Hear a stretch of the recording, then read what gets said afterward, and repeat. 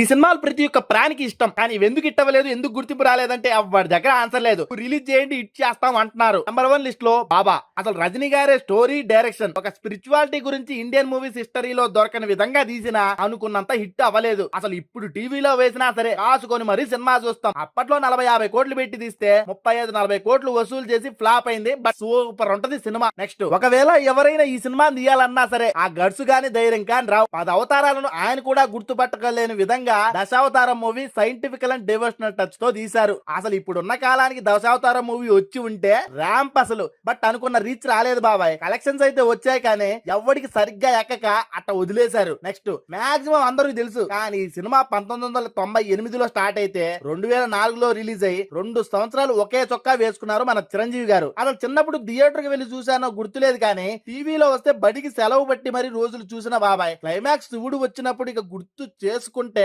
గూసు bumps కాదు, Hollywood కూడా output ఇవ్వలేని విధంగా శివుడిని చూపించారు. కానీ అంజీ మూవీ 35 కోట్లు పెట్టి తీస్తే లాస్ వచ్చి ఫ్లాప్ అయింది. బట్ అందరికి తెగ ఇష్టం. ఈ లిస్ట్ లో చాలా మూవీస్ ఉన్నాయి. మన ఛానల్ సబ్స్క్రైబ్ చేసుకోండి నాయనా.